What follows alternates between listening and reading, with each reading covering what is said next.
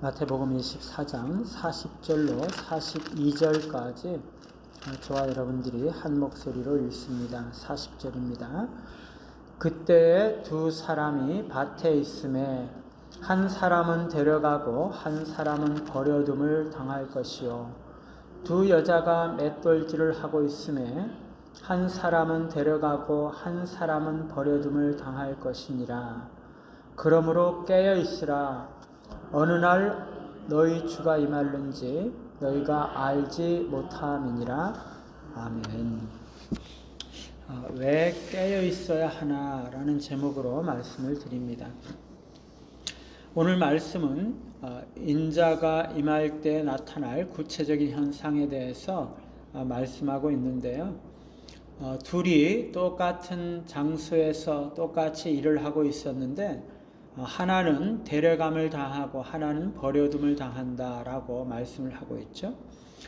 예수님은 오늘 같은 이야기를 두 번이나 반복해서 말씀을 하고 계십니다. 한 번은 밭에서 함께 일하는 두 사람의 경우에 대해서 말씀하셨고요. 또 한 번은 집에서 맷돌을 돌리고 있는 두 사람의 경우에 대해서 말씀을 하고 계시죠. 여기서 똑같이 한 사람은 데려감을 당하고 한 사람은 버려둠을 당한다 이렇게 말씀을 하고 계시는데, 데려가는 것과 버려두는 것이 각각 무엇을 의미하는가? 노아의 홍수를 생각을 해보면 홍수가 와서 쓸어버리는 사람, 곧 심판받는 사람은 데려가는 사람이고, 홍수가 왔는데도 방주를 통해서 남은 자, 구원받는 자는 남는 자는 구원받는 사람이라고 생각을 할지 모릅니다. 그러나 사실은 그 반대죠. 데려가는 것은 재림하시는 그리스도께서 천사들을 통해서 알곡을 모으듯이 구원받은 영혼들을 말하는 것입니다. 모으는 거죠. 그들을 모아서 그리스도께 데려가게 될 것입니다. 따라서 데려감을 받는 자들은 구원받는 자들입니다. 반면에 버려둠을 당하는 자들은 심판에 처하게 되는 자들이죠. 이런 두 부류의 사람들, 곧 데려감을 당하는 자들과 버려둠을 당하는 자들은 어떤 곳에서건 발생을 한다는 거죠. 누가 참된 신자인지 겉으로는 아무런 표시가 없을 수가 있습니다. 사람들은 누가 이 데려감을 당하게 될지 버려둠을 당하게 될지, 누가 참된 신자인지 아닌지 그것을 모를 수가 있는 거죠. 그러나 그날에는 천사들이 참된 신자들, 곧 알곡들을 구별해서 모아드리게 될 것입니다. 참된 신자들은 결코 잃어버리는 일이 없이 주님께로 영접함을 받을 것이죠. 이렇게 주님께서 오시는 날은 의인과 악인이 분명하게 구별이 될 것입니다. 그것은 그리스도의 부르심에 응답했느냐 안 했느냐 그 여부에 따라서 달라지겠죠. 그리스도의 부르심에 응답해서 순종하며 말씀에 따라 살아가는 사람들은 부르심을 받을 것이고 데려감을 받을 것입니다.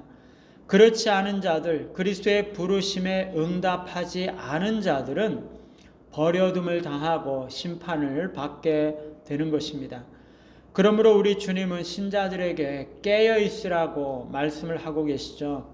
어느 날 어느 시에 주님께서 임하는지 알 수 없기 때문에 깨어 있으라는 것입니다. 그런데 왜 신자들이 깨어 있어야 할까?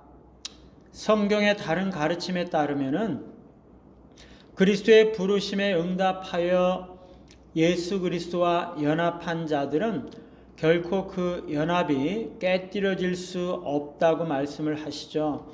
결코 구원이 취소되거나 실패하게 되는 것은 아니라고 말씀을 하십니다. 그럼에도 불구하고 왜 신자들은 그리스도께서 오시는 날 깨어 있어야 하는 것인가 하는 거죠. 성경의 가르침에 따라서 참된 신자는 평생 동안 믿음과 경건을 계속하는 자들입니다.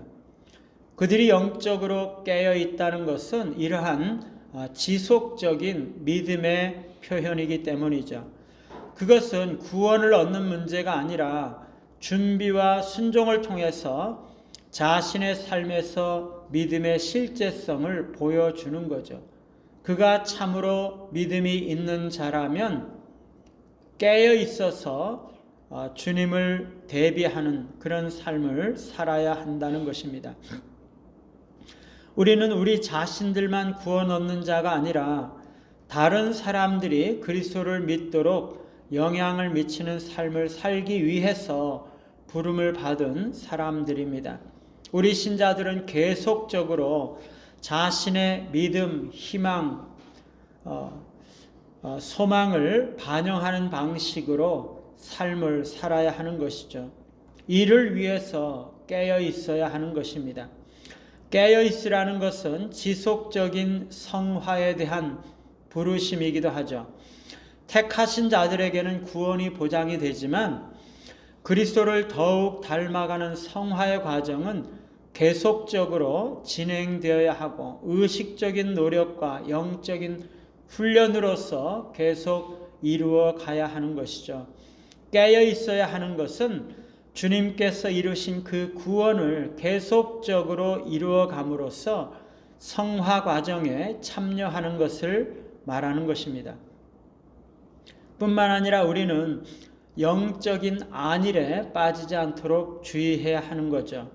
신자들은 자신의 구원이 확실하더라 할지라도 믿음과 실천에 있어서는 안일하거나 해이해져서는 안 되는 것을 기억해야 하는 것입니다.